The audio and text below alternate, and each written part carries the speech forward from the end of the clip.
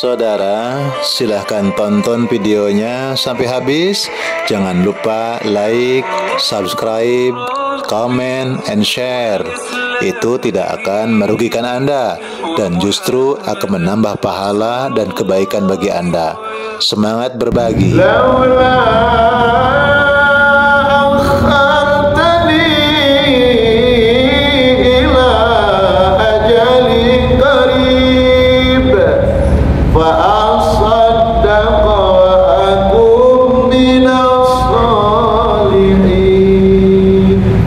Jika tahun depan aku masih diberikan panjang umur, kata Rasul, maka aku akan puasa tanggal 9, 10 dan 11. Sum yauman qablahu wa sum yauman ba'dahu. Puasalah satu hari sebelum tanggal 10 dan ditambah satu hari setelah tanggal 10. Jadi 9, 10, 11. Lalu milih yang mana? Kalau mau ya 3 hari, 9, 10, 11. Kalau mau 2 hari, 9, 10 boleh, 10, 11 silakan, 10 saja nggak apa-apa. Nah itu sunnah puasa di bulan Muharram. Yang paling penting adalah perubahan.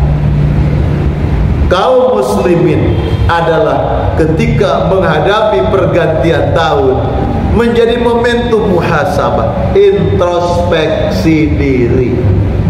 Harus berubah. Ojo ngono-ngono wae. Jangan begitu-begitu terus, begitu-begitu saja. Ibu-ibu rata-rata usianya ini kan sudah senior ya. Ada yang junior, tapi banyak yang senior. Pertanyaannya, banyak mana baca Quran usia sekarang dengan usia tahun lalu? Banyak mana sholat yang ditinggalkan usia sekarang atau usia lalu? Bahan introspeksi.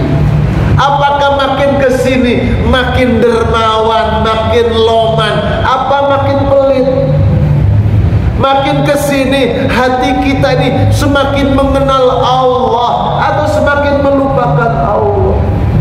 Kesininya ini ketika kita mendengar kumandang suara azan, makin teriris hati ini untuk ingin mendatangi tempat di mana kumandang azan, atau kita menutup telinga kita? Masya Allah, ini bahan evaluasi. Ayo, yang ngajinya belum bisa abata saja, belum bisa baca Quran, jangan berhenti belajar. Pak Ustadz, kalau baca Quran putus-putus itu kan dosa Pak Ustadz. Panjang pendeknya belum tepat kan dosa. Makanya saya nggak baca Quran Pak Ustadz. Rasulullah memberikan apresiasi, memberikan pujian. Siapa yang membaca Quran terbata-bata, oh bukan terbata-bata ya, karena kalau orang nyusun bata putus-putus ya. Nembok pakai bata kan putus-putus, nggak disambung, diputus-putus. Siapa yang baca Quran putus-putus, terbata-bata, pahalanya 2 kali lipat. Alhamdulillah. Nah, ibu-ibu yang sudah lancar jangan ikutan terbata-bata. Sudah lancar biar dapat 2 pahalanya, malah disengajain. Bismillahirrahmanirrahim. Padahal sudah lancar. Bismillahirrahmanirrahim. Sudah lancar, malah Bismillah. Katanya membaca Quran terbata-bata pahalanya double. Maka ingin yang double, bacanya malah diputus. Jangan. Beda lagi nilainya nanti. Artinya walaupun bacanya masih belum fase, tajwidnya masih belum tepat panjang pendeknya, melafalkan huruf-hurufnya belum pas, belum fase, teruslah baca Quran dan teruslah sambil belajar ke guru. Itu maksudnya dapat 2 pahala. Daripada sudah lancar baca Qurannya tapi Qurannya pensiun. Ada Qurannya pensiun di rumah. Jangan Bu ya, nanti akan mencari ibu. Mana tuan rumah mana ya Allah? Itu ke pasar dikejar. Masa di akhirat ada pasar? Wah, dicari nanti itu yang punya Quran itu. Mana tuanku? Gak pernah baca, gitu ya. Ibu-ibu dimuliakan oleh Allah Subhanahu wa taala, maka Rasulullah berpesan. Jadi perubahan, orang berubah itu mesti bergerak. Fisiknya bergerak, hatinya bergerak. Maka orang mukmin itu orang yang selalu bergerak. Ibu-ibu ini duduk diam, tidak bergerak, tapi hatinya tetap bergerak. Subhanallah, alhamdulillah, la ilaha illallah, Allah Akbar. Jangan pernah sepi dari menyebut nama Allah. Okay? Jangan pernah sepi menyebut nama Allah. Sebab manusia itu akan tergantung kebiasaannya. Okay? Kalau kebiasaan ngerumpi, nanti akhir hayat mau mati ngerumpi. Ya Allah, mau mati ngerumpi. Si kerumunan siapa yang dengerin? Siapa?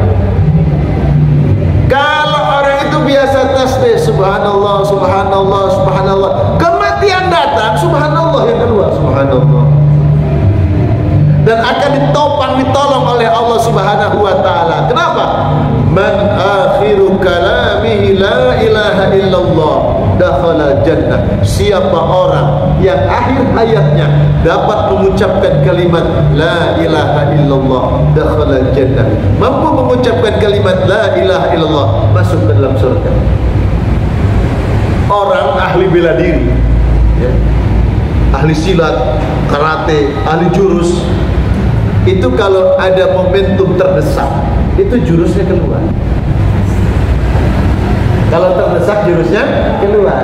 Maka orang yang ahli zikir ketika terdesak saat sakaratul maut, keluar jurus zikirnya karena ditolong oleh Gusti Allah. Jadi keutamaan bulan haram diantaranya adalah meningkatkan kualitas amal-amal soleh, maka pahalanya akan ditambah oleh Allah. Memperbanyak puasa-puasa sunnah di bulan ini, banyak infak sedekah, maka perubahan itu, perubahan lahiriah, perubahan batiniah. Ayo evaluasi, ayo lihat diri, ayo temukan siapa diri kita ini, supaya kita bisa menemukan Gusti Allah. Jangan sibuk lihat yang ada di sekitarnya, tapi lihat ke dalam dirinya sendiri.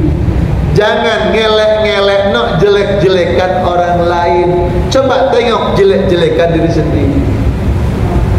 Susah memang, susah. Katanya kalau kita punya penyakit fisik, yang sangat tahu diri kita, aduh pegel, dokter tidak tahu. Bu, penyakit apa? Dokternya tanya, sakit apa Bu? Kok datang ke sini? Saya Pak Dokter, tidak bisa nengok. Nah itu ya, saya Pak Dokter kalau mau berdiri sakit di sini. Dokter tidak tahu, yang tahu yang bersangkutan. Kalau penyakit fisik kita lebih tahu daripada orang lain. Tapi kalau penyakit rohani, penyakit jiwa, yang lebih tahu orang lain. Saya tanya, si ibu ini baik enggak? Masa saya kan orang baik. Itu namanya apa ya? Ya boleh aja ngomong begitu, tapi yang tahu orang lain. Allah kamu sombong, Allah kamu pelit, Allah kamu itu ngomong tok. Orang lain yang tahu. Kira-kira kalau ibu-ibu diberitahu sama tetangganya, Bu sampai aku pelit, tersinggung nggak Mas? Seneng? Tersinggung. Ya Allah. Padahal orang lain yang memberitahukan kekurangan kita, harusnya kita berterima kasih. Sebelum besok dihisab oleh malaikat Allah, dihisab oleh Allah Subhanahu wa taala, hei kamu pecundang, hei kamu kikir, hei kamu orang yang paling medit, hei kamu orang jahat. Nanti malaikat akan bilang begitu. Padahal ketika di dunia ada orang yang kasih tahu. Jadi kalau penyakit lahir kita lebih tahu duluan, tapi kalau penyakit batin orang lain yang lebih tahu. Nah, ini bulan-bulan muhasabah, introspeksi diri kita. Maka Rasulullah mengingatkan, manfaatkan 5 perkara sebelum datang 5 perkara. Iktanim khamsan qabla khamsin. Manfaatkan 5 waktu sebelum datang 5 waktu. Yang pertama, syababaka qabla haramika. Waktu mudamu sebelum datang waktu tua. Nah, ini rata-rata kan generasi tua semua ya, mudanya sudah terlewat. Insyaallah. Kalau begitu pada giliran ini, mana waktu muda sudah kita tinggalkan. Sekarang waktu tua, banyak-banyak istighfar. Astagfirullahaladzim. Banyak-banyak istighfar. Yang kedua, waktu sehatmu sebelum datang waktu sakit. Waktu sehat sebelum datang waktu sakit. Makanya mumpung sehat, ayo ibadah sing rajin, ayo ibadah sing tekun, ayo melo ngaji, ayo melo pokoknya amal-amal kebaikan. Mumpung sehat. Kalau sudah sakit, sholat mau berdiri nggak bisa, mau ke masjid nggak bisa melangkah, harus dibopong, harus digendong, harus banyak hal. Insyaallah. Mumpung sehat. Alhamdulillah. Orang ahli ibadah, orang ahli zikir, orang ahli nolong orang, insya Allah umurnya panjang, sehat, berkah. Yang ketiga, waktu kayamu sebelum datang waktu miskinmu. Wah, belum kaya, gak kaya-kaya nih. Kapan kaya? Miskin terus. Bersyukur kepada Allah. Hanya orang bersyukur yang akan merasakan kekayaan yang Allah berikan dalam kehidupan ini. Sebab berapapun harta, rezeki, kekayaan yang Allah berikan, kalau orang tersebut tidak ketemu syukur kepada Allah, 4 miliar sehari habis. Sehari habis. Ya Allah. Kenapa? Tidak ketemu syukur. Walaupun makan ala kadarnya sangat sederhana, ibarat lagu Roma Irama itu, makan sederhana, semua sederhana, tapi ketemu syukur kepada Allah, itulah kekayaan bagi orang yang beriman. Yang berikutnya, masa luangmu sebelum masa sibuk. Alhamdulillah, panjenengan diparingi luang sangat ngaos, alhamdulillah. Panjenengan sibuk bisa ngaji, alhamdulillah. Beda loh, orang luang ikut ngaji dapat pahala besar, tapi lebih besar lagi masih sibuk rajin ngaji. Oh, luar biasa. Sudah sepuh rajin ngaji, bagus pahalanya. Masih muda rajin ngaji, sangat bagus pahalanya. Luar biasa.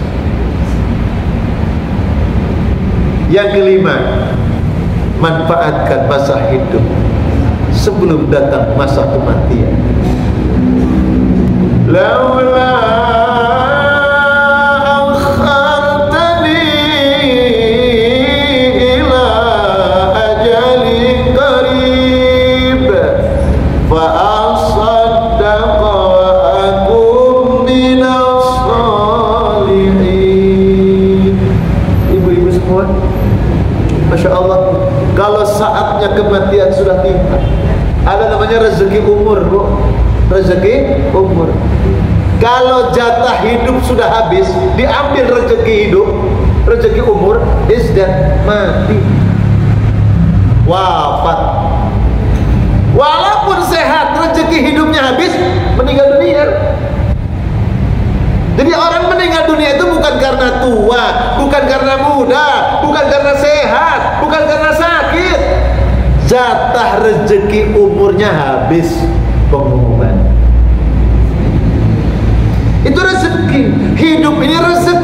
maka manfaatkan di jalan Gusti Allah. Sebab kalau orang itu hidupnya jauh dari Allah, tidak melakukan amal soleh, saat kematian tiba datang kaget. Kaget. Ya Allah, kamu datang malaikat Israiliyat, mau kemana? Ya ketemu kamu. Jangan sekarang, jangan. Teriak-teriak, nggak ada yang dengar. Ya Allah, laula akhartani ila ajalin qarib. Mundurkan, beri tempo 1 hari, 2 hari, 1 jam. Berikan pegang waktu. Untuk apa? Saya mau bersedekah, saya mau menjadi orang yang soleh, mau melakukan amal soleh. Kemarin belum sholat, saya mau sholat. Kemarin belum infak sedekah, sekarang saya infak sedekah. Kemarin saya marah sama orang, sekarang saya minta maaf. Itu yang akan dilakukan seketika itu. Tapi waktunya sudah habis. Fa'al sadaqa, maka aku akan bersedekah. Makanya sedekah. Orang mukmin itu mesti loman. Orang mukmin itu mesti dermawan. Orang mukmin itu tidak pelit. Orang pelit rezekinya seret. Orang loman rezekinya berlimpah. Allahumma amin. Ustaz, jangan takut miskin, jangan takut kekurangan. Ada orang susah butuh, bantu. Walaupun kita pun masih susah, bantu. Insya Allah dibantu oleh Allah Ta'ala. Karena Allah kita lakukan amal. Aku akan bersedekah fa'asaddaqa ya Allah. Aku akan bersedekah dahulu ya Allah. Wa aku minas sholihin, dan aku akan menjadi hamba yang saleh ya Allah. Begitu katanya. Fa'asaddaqa itu maksudnya saya bersedekah, dalam makna yang lain saya akan membenarkan. Sedekah itu benar. Akan membenarkan bahwa ajaran sholat itu benar, ajaran ngaji itu benar, ajaran infak sedekah itu benar, ajaran mukmin itu benar dari Allah Ta'ala. Wa aku minas sholihin, saya akan menjadi hambamu yang soleh.